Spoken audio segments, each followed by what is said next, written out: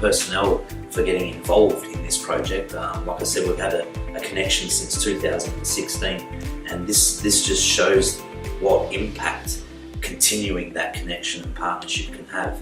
You know, if it wasn't for Aspect and their vision of the PACE magazine, and everybody that gets involved in the PACE survey, these sorts of projects wouldn't happen. So there's many charities that have helped past, present and now future that PACE really get behind and impact the lives of many people and the projects and programs that they're doing. So on behalf of One Voice, I'd really like to thank Aspect personnel and the PACE community for making this happen.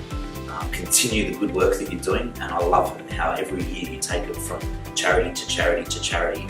And it's not small donations, they're massive donations that help build workshops. So thank you, and we'll see you soon.